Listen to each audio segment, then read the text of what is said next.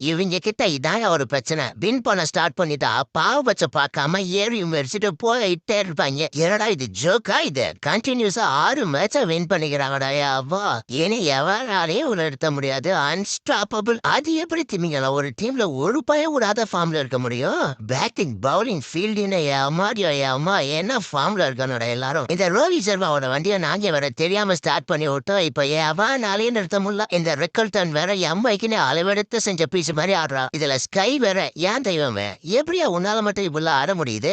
இன்னைக்கு ஹார்திக் பாண்டியா வேற பார்ட்டியில ஜாயின் பண்ணி போட்டாப்ல. சரி இவங்க பேட்டிங்ல தான் பேய் பாம்புல இருக்காங்க, பவுலர்ஸ்ல அவ்வளவு பாம்புல இருக்க மாட்டாங்கன்னு அந்த பக்கம் பார்த்தா இவங்க 3 பேரும் அதுக்கு மேல சுருகின்னு இருக்காங்கடா. யாவா ஏன்டா டேய் ராஜஸ்தான் லாஸ்ட் மேட்ச் சூரியவன்சியால தப்பிச்சிட்டீங்க. உங்க சேசிங் லட்சணத்துக்கு எம்ப கிட்ட போய் சேசிங் எடுக்கலாமா? தலைவன் ஹிட் பயிர் உங்க டீம்ல தான் இருக்கான்றத மறந்துடுறீங்களா?